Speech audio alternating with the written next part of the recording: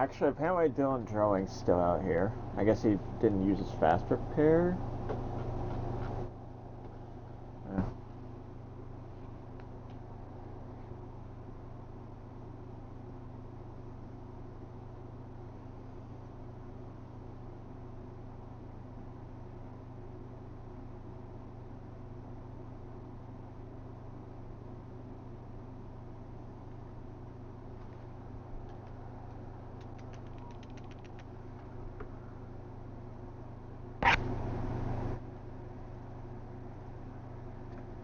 What the fuck is like? What is in these damn trucks today? He's in the fucking catch fence. What is? This is a fucking meme race. This is a damn meme race.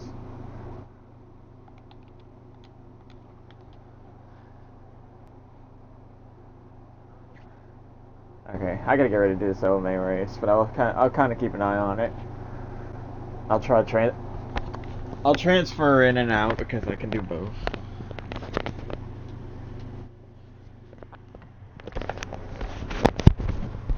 Okay, I think I'm good now. I was making sure microphone's good.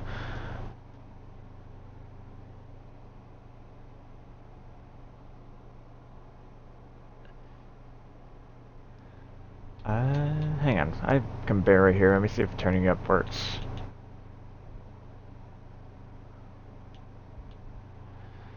As well, I have it on 160, so let's see if that helps.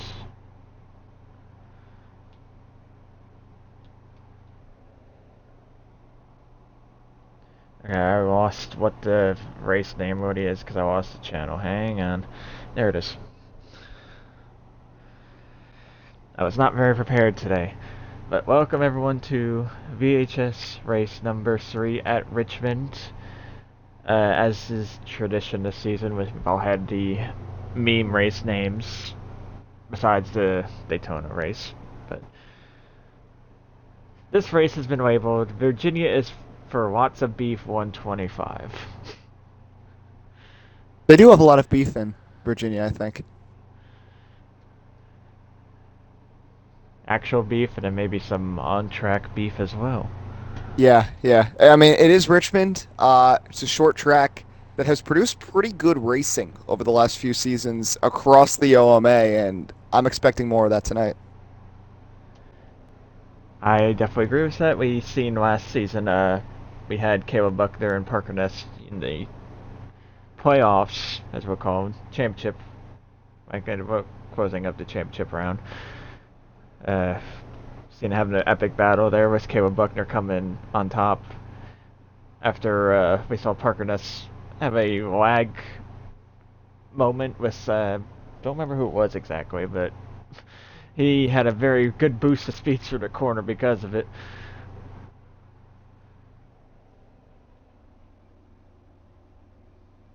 I decided to lose the lineup. There it is. We actually have a new name on pole. I was not really expecting this person on pole, but we do, and that is Logan Iliff in the 54.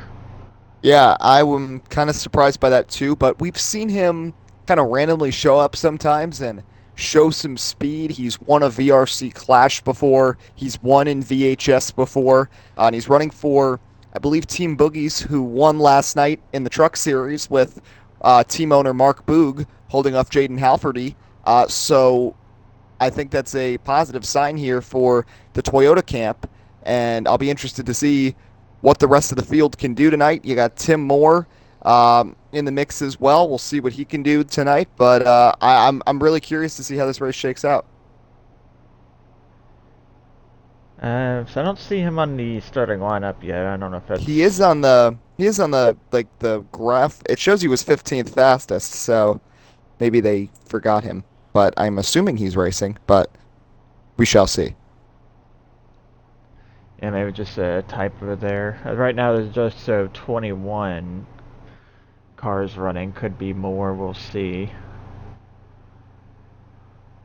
Yeah, it looks like a pretty sizable field because there's 21 currently on the lineup, but I think they accidentally left a couple of people off. So I think we're actually closing in on uh, 25 entries. So this could be interesting because it's going to be difficult to get around lap traffic. This could be a bit of a messy race too with some wrecks because it is Richmond. It is a short track. People are going to be aggressive. And for OCM Racing, this is really a bounce back for them. Obviously, their focus is on VRC, which starts tomorrow with the Daytona 250. But Tim and Drew want to show that they're still the kings of heat. And these first two races of the season, they haven't really been able to do that, with Vinny winning the opener at Daytona, and then over at Atlanta, Casey Master holding off both Tim and Drew to win for No You Motorsports. Yeah, we definitely know that Tim and Drew were potentially the two to beat, and so far they both have been beaten on both tracks. Obviously, Daytona was anyone's race there. Also, was Tim with his potential gear issue there on the restart did not help him at all. And then Drew had to overcome losing, I think, a throttle issue. So they both had issues these past couple races. Hopefully, without him, they might end up at the front. Yeah, it's been interesting, and it's kind of a product of what we've seen from OCM lately. Remember last year during the playoffs when they were in VRC, of course. For those unfamiliar, VRC has now moved to iRacing. VHS is kind of a combo of the VRC and VNS drivers from last year. It's continuing VNS history on Heat, but we saw last season at the end of the year, OCM have some struggles. Tim Moore had a horrible run at Watkins Glen. Drew tangled with Joshua Franks, and when all was said and done, it was kind of surprising to see some of these guys kind of, I'd say, take a step back, and OCM didn't have the best ending to the season, and now the start of the year, they're making some miscues too. So we know how talented they are. The question is, how focused are they to really make a drive for this championship when their goals and their minds are most notably on the VRC, which starts in less than 24 hours? It's very debatable. Like I know for sure they can juggle both, like an iRacing series and then also have a Heat series, and I know they're capable of juggling both of them. But it's, like I said, it's been very interesting to see the struggles that they've had. I mean, Richmond, we know last season in VRC on the Heat side that Drew was pretty much the class of the field. It should end up maybe the same way today, even though it's Xfinity, but I'm not exactly sure. So we can take you through the starting lineup, at least as of right now. There are some surprises towards the front. Logan Eliff is on the pole in the 54. Jacob Reed, who ran last night at Iowa and was pretty fast in a race down effort for Ohio River Racing, he's in second. Tom Hawk, who's been in the VHS for a while, the last 3 seasons, he starts in third. The Iowa winner, Mark Boog, is fourth. Rookie Trevor Bailey rounds out the top 5. Wesley Farrell, who got penalized after last week's race, and not too many people in the field were happy with him at the end of that one. He starts on the outside of row 3 in the 11 for Mazzilli Family Racing. Then it's No You teammates in row 4, Landon, Lyle, and Sammy Marasco. Zach Mendez starts 9th in the 78. Last week's winner, Casey Masser, is lined up in 10th. MJ Cerullo starts the race from 11th. Will Reagan in the 22 for McGinnis Motorsports starts 12th. Ben Smith is in the field. Watch out for him. He is a good short track racer. His first start of the season, he rolls off the grid 13th. Patrick Garrett is in 14th. Brad Qualls rounds out the top 15. The Daytona winner, Vincenzo Iacovazzi, starts 16th. Luca Mazzilli Jr. is in 17th. Kevin Urquez on the outside of row 9 in 18th. Then it's Michelle Raphael in 19th. Fabricio Lamana in 20th. Parker Ness and Jonah Yohanan rounding out the field. And the lobby is up, and we should be starting in just a couple of minutes. Very interesting that, again, I don't see Tim or Drew on there, and Drew is the one who even posted that lineup, so I'm kind of, and if they're neither one of them's running, then that just probably puts the ball into either Vincenzo or Casey Master to get their second win of this season, but I don't see Vincenzo on there, so maybe not. Who knows then? Vincenzo is on the lineup. He is starting he is. 16th. Him and Master are on the lineup. I'm trying to get confirmation from Drew and Tim if they are indeed in the field tonight. I saw Tim post a qualifying lap. He was 15th quickest, and Parker Ness said we had problems with qualifying. So I don't exactly know what that means. Then that still doesn't answer the question if they're racing or not. But if they're in the field, Drew is fixing the lineup, so I assume they are both in the field. If so, they are of course favorites. I think Casey Masser, someone you have to pay attention to these types of tracks, he really thrives at. And dark horse to me, I already said it. Ben Smith. Won the All-Star race in the VRC at Bristol a couple of seasons ago. One of the best short track racers on heat that I know. He's someone who I think could kind of sneak into the mix and be a contender for a win.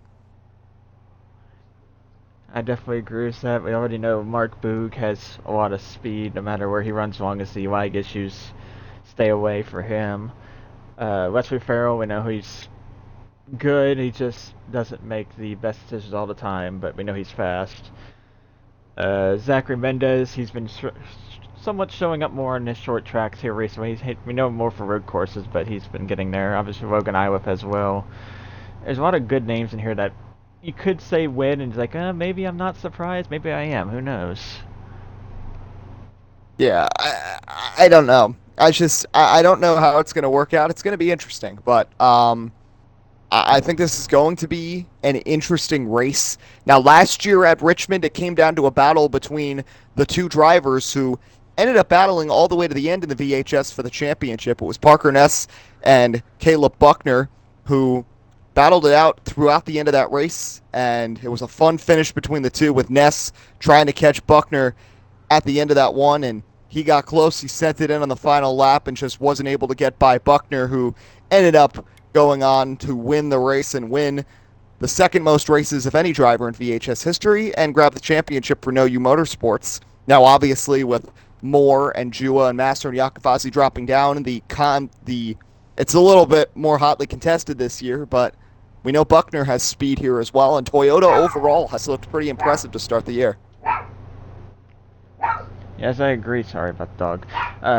See if I can fix that here in a second. But I think reason why we couldn't figure out why Tim wasn't on the lineup, they had two separate qualifying lobbies up. There's now 26 on this lineup, and they've kind of been combined. Kevin Yergwitz is actually now the pole sitter, so I think that was a combination of the two lobbies that they did.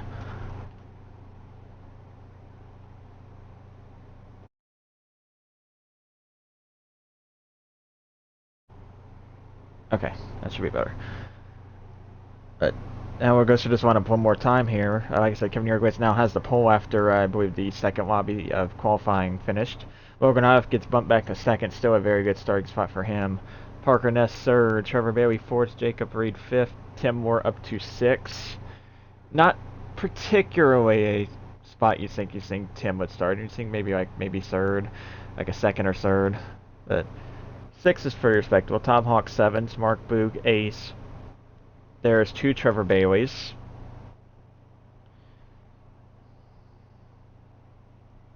Yeah, there's still apparently there was some sort of issue with qualifying that they got the pictures, but I have seen multiple pictures of Tim Moore having different times in different lobbies, so I have no clue what exactly went on in qualifying, but they had some sort of technical glitch with some of these cars, and that Heat 5 glitch, that's what I heard from a couple of people, which is not the best thought when you realize you're about to have 26 cars running around a three-quarter mile track. But we'll see how this all works out. Yeah, it's agreed. I will kind of wait on the lineup then so they can get that all confirmed because I'm not exactly sure who's starting where as they're continuing to make edits to it. But as we're going to the point standings, let me see if I can find the correct link for this one. We have a tie at the top of the standings. Our two winners, Vincenzo Iacovazzi and Casey Master, are both at 102 points. They've alternated wins and where they finished outside of the win, including stage points and all. And it looks like the lobby is up now, so we can get in there. Okay, and then you have Drew and Tim, third and fourth in points, and then there's a big gap to Parker Ness in fifth. He has 60 points, already 42 points back of the leaders. Oh, there it is. I couldn't find it. So it looks like there's going to be 25 Uruguay's, IOF, Ness, Bailey, Reed, Moore, Hawk, Boog, Farrell, Lyle, Marasco, Mendez, Jua in 13th. It's going to be an interesting one to watch. Mazzilli, Masser in 15th, another interesting one to watch. Cerullo, Reagan, Yakovazzi in 18th. Ben Smith 19th, Patrick Garrett 20th, Brad Coles 21st, Michelle Raphael 22nd, Fabricio Amanana 23rd, Alex Stevens 24th, and Johnathon 25th.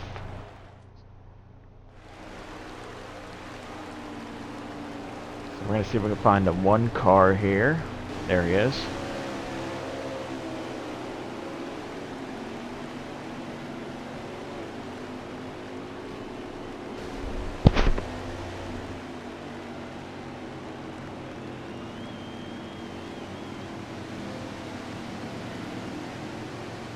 I watched it. I was watching when I was watching. These cars are pacing here. Just a little recap of how this race is going to work. It's 125 laps. The halfway bonus is at the start of lap 63. Of course, the top 5 cars will be awarded points then. 3-car yellows after the first lap. And Johnathon Amodio, over to you. It's time to race here under the lights at Richmond. Indeed it is. They're going through turns 3 and 4. Kevin Yergwitz, the control car on the inside lane, is going to be in the restart zone. He's going to hit the accelerator with green flags in there for the Virginia Beef 125. We're just going to shorten it because I can't remember all that. Oh, they're already hitting the apron.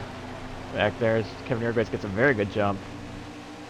Got lots of beef in the middle of the pack here on the first lap, but Kevin Yergwitz gets ahead. And how about his Ohio River Racing teammate Parker Ness driving under the 54 for second? That was not half the field, though. Yeah, that was a lot of cars back there, but not half the field. Ben Smith was one of the ones. Fabico got shoved onto pit road. Not a very good, ideal situation for Fabricio. At least it's no black flags regarding that, so you'll be able to cycle out somewhere in the mix, and everyone gets a lap back as long if there's a caution.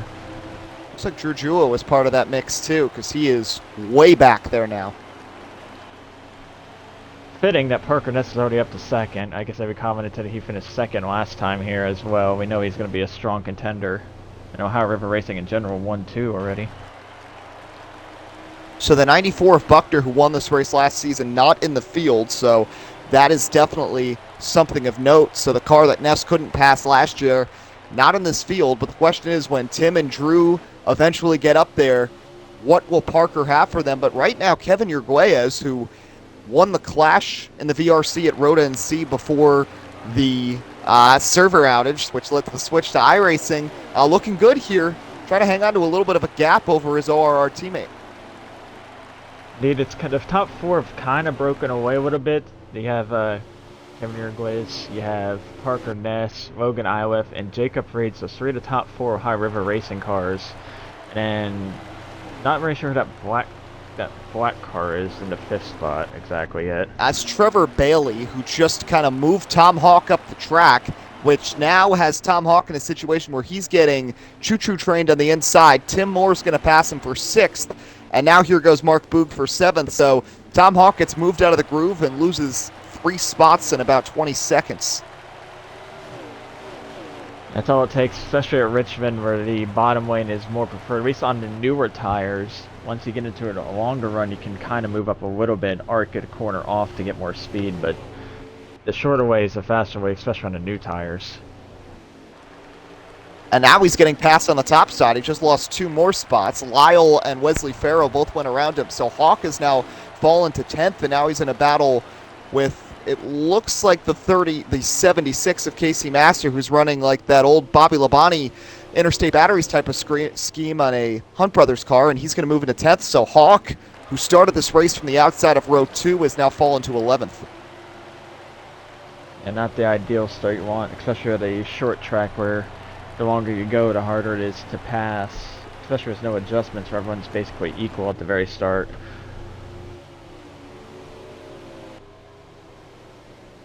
And, you know, we saw Ohio River Racing last year in VRC start to find a way towards the end of the season. We saw Parker win at Michigan. All 3 of their cars made the playoffs, and they found a way to beat these top guys. And right now, They've got their cars in great position. You've got Uruguay as a confident first, Ness in second, and Jacob Reed applying the pressure to Elif for third to try to make it an ORR 1-2-3. Yeah, they definitely found something. I mean, we know they come with the race setups are particularly more loose compared to anyone else would like to run. We've seen that work against them sometimes. We see that have helped them sometimes, but I think they've figured out something regarding that setup, and it's starting to show a lot now.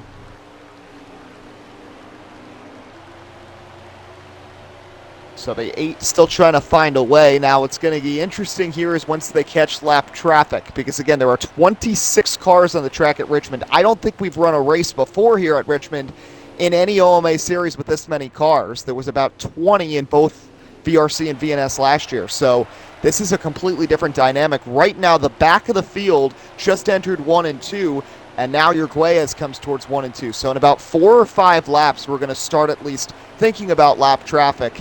And this could get really interesting towards the end of the run when these cars really catch the back of the field and how these lappers behave, because this is the first time the OMA has had a short track race with this many cars in such a long time.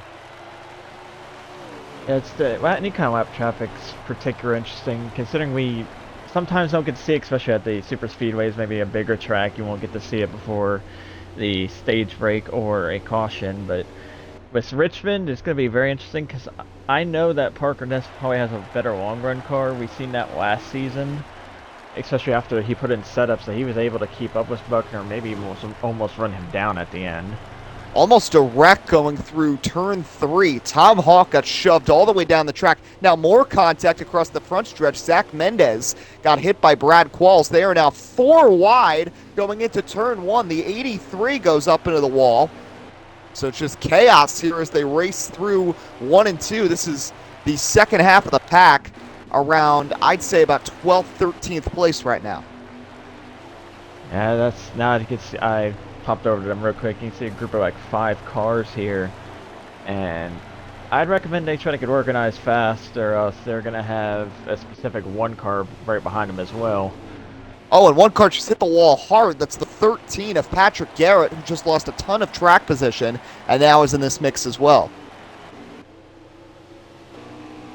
Yeah, they're going to need to get some sorted out back there before they get caught up to by the leaders, which Parker Ness is actually closing in on Kevin Yerglis once again. Like I said, this long-run car popped in.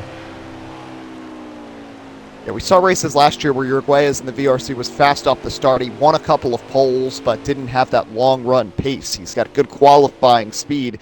That's the real improvement he has to make, and that's something I want to see in VRC as well in iRacing. Of course, it's a different dynamic, but does he have a long run type of car that Ohio River Racing provides for iRacing? But now we see the pressure really being put on by the teammate Ness, and at this stage of the race, I wonder, if they battle, they're going to let 3, 4, and 5 into this battle. 2 of them are not their teammates. So how hard will Parker Ness really go for this position?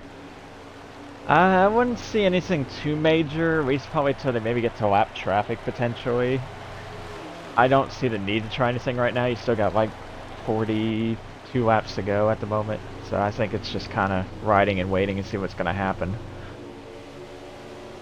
But this group is closing a bit. The 54 of Elif has hung on to 3rd, ahead of Jacob Reed. Trevor Bailey is 5th. Tim Moore has not made much headway.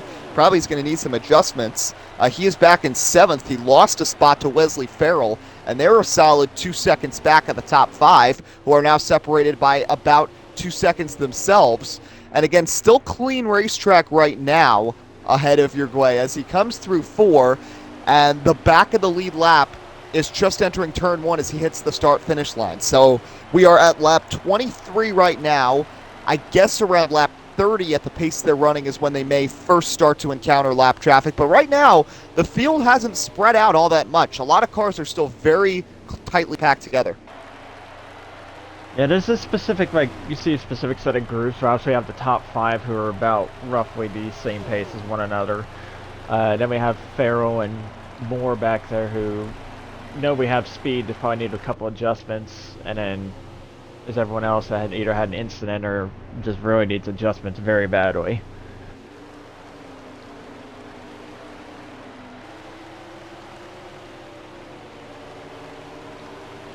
As you see, a So pass Ben for the Smith, lead, actually. oh Or yeah, Harkin let's go to got that. the lead. Go ahead, go ahead. I think that was a planned move. It looked like Parker Ness just kind of dove it in there, and Kevin Yergis decided to just back out of it. I think the long run speed is starting to come in. And at the same time, Jacob Reed tried to make a big move down the backstretch for third on Elif, but slipped up, clipped the apron, and now he's opened the door for Trevor Bailey, who tries to get there for fourth, and now the 92 pushes him a little bit up the track. Now the 92 lets off the gas, and they'll spread out. And this is actually somewhat allowing Westford Farrell to catch back up, maybe make this a 6-car pack. He's not right there yet, but he's close